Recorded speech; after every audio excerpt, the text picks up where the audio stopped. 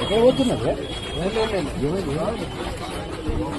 పోలీసులకు common sense ఉండదా?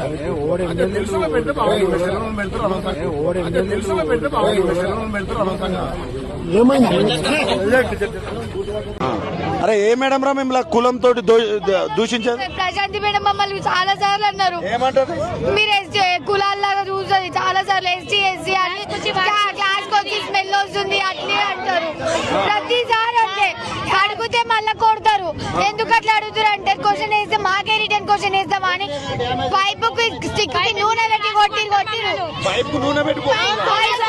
Plastic pipe తో ఇట్లా నక్కలు పెట్టి కొట్టిరు మమ్మల్ని.